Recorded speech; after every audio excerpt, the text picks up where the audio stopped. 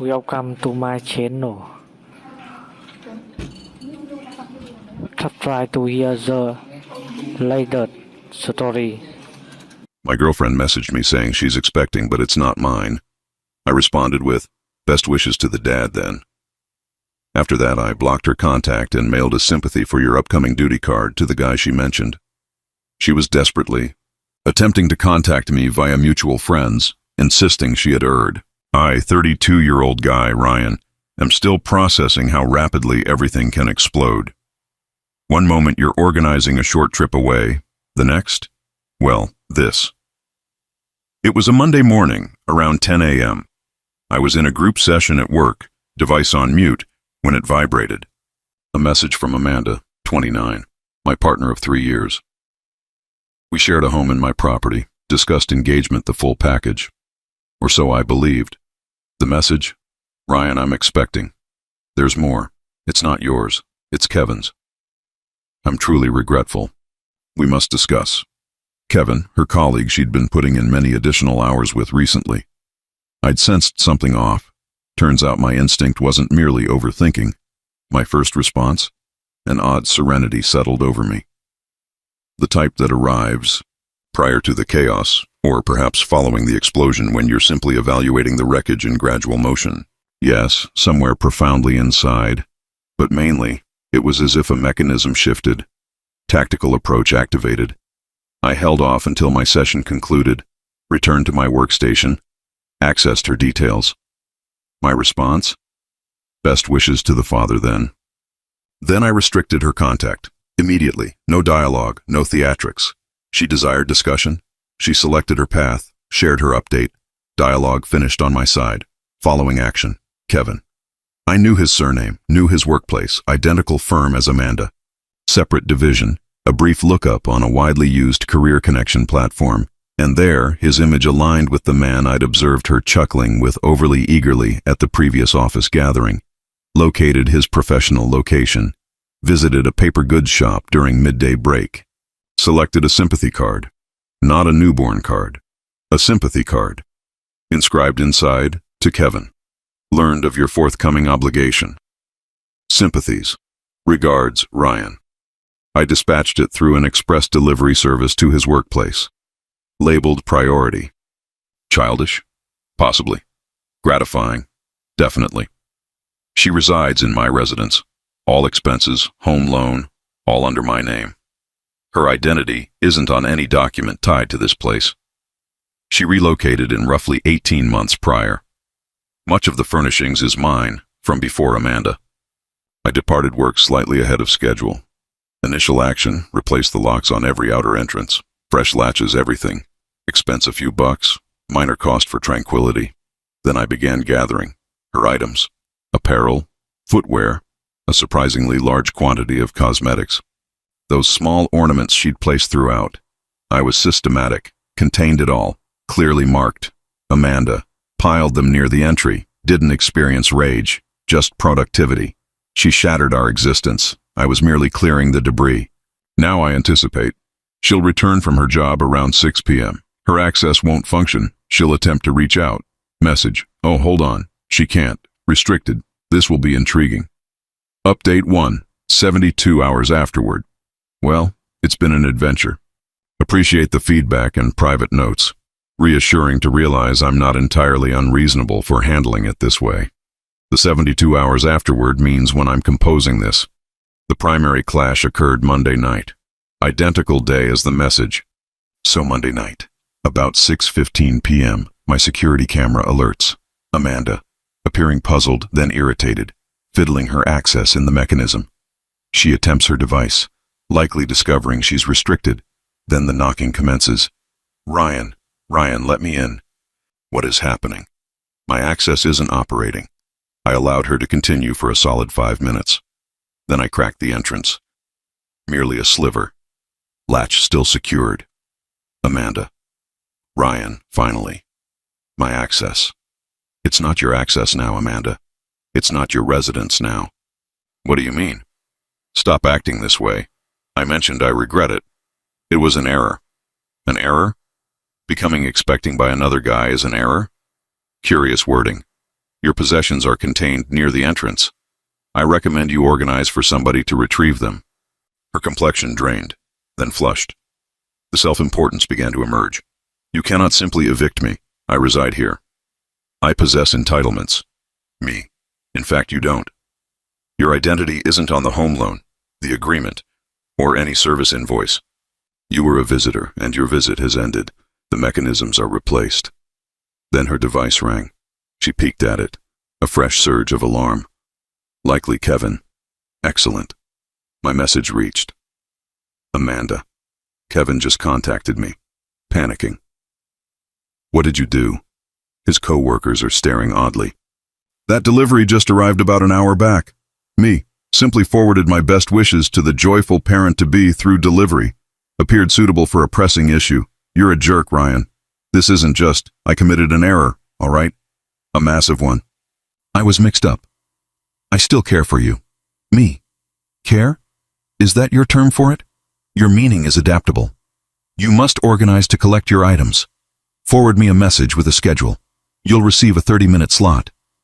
She began weeping then. Genuine drops. Or theatrical. Who knows? Who cares? Amanda, where am I expected to go? I lack options. I think Kevin has some fresh duties. Maybe he can help. Shut the entrance. The knocking persisted for a while. Then she likely surrendered. The messages began an hour later.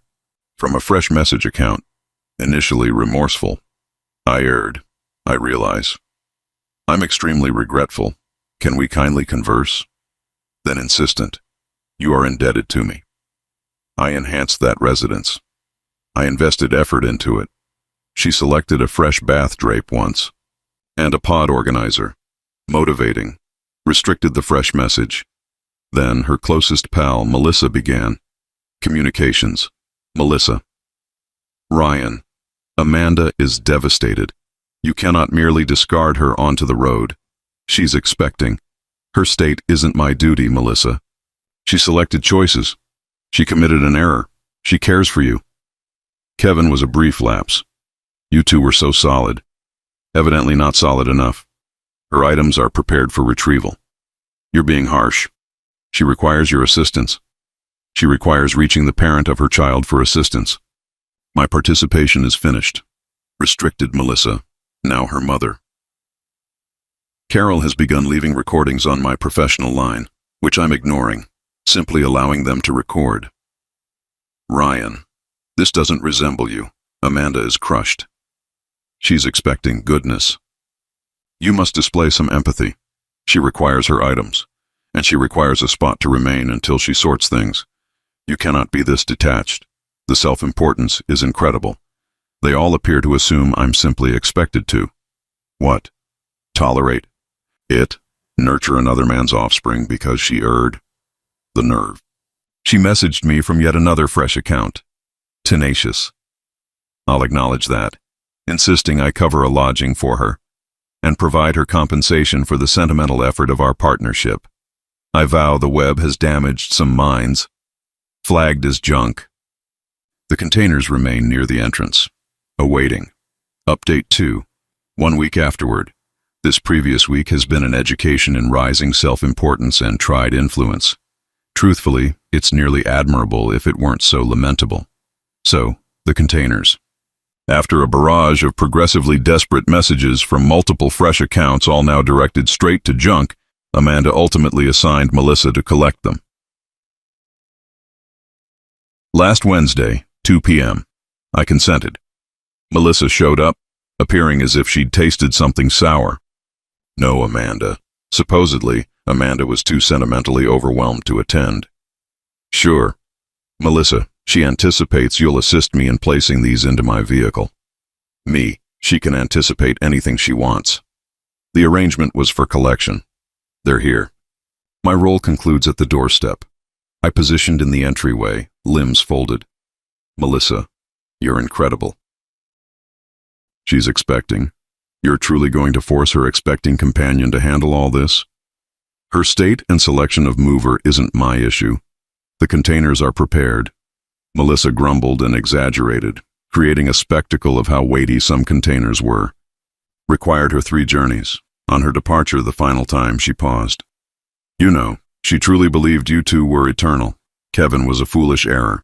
She planned to inform you of the expectation and attempt to, I suppose, present it off. Me? Present it off? As mine? Advanced level? My tone was even. Any remaining uncertainty about acting correctly just vanished. Well, yes, she was afraid. She cares for you. No, she cares for the security I offered. There's a distinction. Farewell, Melissa. Restricted Melissa's contact again after she departed, in case. Then arrived the monetary assault. Friday, I receive a contact from my financial institution's security team. Atypical actions on a payment card. A card Amanda was a secondary user on. One I'd totally overlooked because we seldom utilized it. It was for crises only. It hit me she always carried that specific card in her purse for emergencies, which she would have possessed when she departed for her job Monday. She must have recalled it during the turmoil. She'd attempted to reserve a suite at an upscale central lodging for a week, exhausted it, then attempted to acquire a $1,500 luxury purse digitally. The institution rejected it and alerted the profile. I verified the activities were unauthorized, that she was no longer permitted. Card terminated. Profile secured. Avoided a problem there. Minor aspect, but it reveals the attitude. She's not merely seeking a temporary spot. She's attempting to sustain a way of life. The sympathy card fallout. Learned via connections. A past shared contact who sensibly remains impartial, that Kevin is enraged, not only at Amanda but at the open, or at minimum workplace-wide aspect of the revelation. Evidently he's wedded. Painful. Amanda neglected to note that minor fact, so she wasn't merely being unfaithful to me. She was additionally the side partner. The levels, wow. The message evidently triggered a huge disruption in his world. His spouse discovered. It's chaos. Not my chaos, however. Amanda's mother, Carol, has now intensified to departing me emotional recordings and dispatching certified mail to my residence insisting I act properly and offer monetary aid for Amanda during her period of difficulty. The mail are packed with blame about the years Amanda devoted to me and how I'm deserting her and an blameless kid. She suitably disregards whose kid it is. I'm gathering these mail, sealed, for my attorney if required. The most recent underhanded move. Yesterday, I received a stop-by from 2 law enforcement personnel. Amanda had submitted a complaint asserting I'd taken her belongings, particularly a premium portable computer and some accessories she asserted were ancestral treasures. I serenely welcomed them inside. Displayed the containers Melissa had collected. Captured images of them prior to Melissa's arrival, fortunately. Described the circumstances. She was unfaithful. Became expecting by another guy. I terminated the partnership, replaced the mechanisms on my residence, and contained her possessions. For the computer, I possessed the proof of purchase. Acquired 2 years prior to meeting Amanda. My identity, my payment method. Regarding the accessories, I informed them I contained all I observed. If there were treasures, she ought to have. Safeguarded them better or retrieved them when she chose to destroy our lives. The personnel were courteous, but obviously viewed this as a chaotic separation, not a robbery. They recorded my account, appeared skeptical of her assertions, and departed. Fairly certain Amanda hoped they'd compel me to permit her return or provide her funds to resolve it. This isn't regarding a basic error anymore. This is a deliberate effort of self-importance and tried coercion, backed by her supporters. They truly think I'm required to resolve the disorder she created with another guy. My determination is merely strengthening. This isn't solely about the disloyalty anymore. It's about declining to be intimidated. Final update, 2 months afterward. It's been slightly over 2 months since D-Day, Destruction Day, as I now term it. The particles have largely settled, and I decided it was moment for a closing section. The law enforcement stop was Amanda's final genuine effort to directly compel me. After the personnel departed unimpressed, I had my attorney prepare a strongly worded stop and desist correspondence. It detailed her assertions, my proofs of purchase, images of the containers, sequence of the separation, and cautioned that any additional pestering, untrue assertions, or efforts to reach me or harm my standing, would lead to prompt lawful measures for slander and pestering, including pursuing expenses. We dispatched it to Amanda, copied to her mother Carol, and to Melissa to be thorough. The immediate pestering from Amanda and Melissa halted nearly instantly. Wonderful, precious quiet from that side. The payment card attempt was a hidden advantage. It was obvious proof of tried deception, which my attorney also referenced in the correspondence as an indicator of her nature. What occurred with Amanda and Kevin? From what I've assembled from a few informants, individuals who know individuals, you understand the process. It's a disaster zone. Kevin's spouse naturally expelled him. His professional path is supposedly also suffering due to the workplace controversy. No one appreciates that sort of turmoil. He's supposedly faulting Amanda for all, asserting she deceived him, which honestly she likely did, similar to how she deceived me. He's not precisely advancing to be an attentive parent-to-be. Shocking. Last I learned, he's resisting any economic duty, requiring verification tests, everything. So much for their passionate fling. Amanda, based on these rumors, is in ruins. After Melissa couldn't accommodate her permanently, evidently Amanda was a difficult visitor, anticipating full service while offering nothing. Not surprised, and Carol understood I wasn't going to provide any money. Amanda had to relocate back with her folks. She's supposedly profoundly dissatisfied, faulting me, faulting Kevin, faulting everyone for her circumstances. No introspection. The self-importance is fixed. Her mother, Carol, nevertheless attempted one final desperate foolish action a few weeks back, regardless of being copied on the CND. She contacted my workplace, bypassed the front desk by pretending to be from my institution, and then started a weepy plea when I answered. Ryan, she's experiencing a tough expectation. Kevin is acting terribly. She's down. Don't you possess any compassion? Just a small amount to assist her stabilize for past times? My response was brief and cold. Carol, your offspring's circumstances is not my issue. You were copied on a stop and desist correspondence from my counsel. Any additional reach from you through any method will be viewed as a direct breach and will face lawful measures. Do you comprehend? There was a stifled noise. Then she disconnected. That was when the actual total quiet commenced. The most rewarding aspect of everything? It wasn't some elaborate, intricate retribution scheme. It was merely maintaining my position. I responded promptly, rationally, and legally. She prepared her situation with another guy, and now she's dealing with it, solo. The organic outcomes of her decisions were the true fairness. She assumed she could enjoy both, and consume it too. She assumed I was a pushover she could simply admit to, weep a bit, and I'd relent and take my role as the deceived supporter. She miscalculated me severely. The residence is serene now, tidier.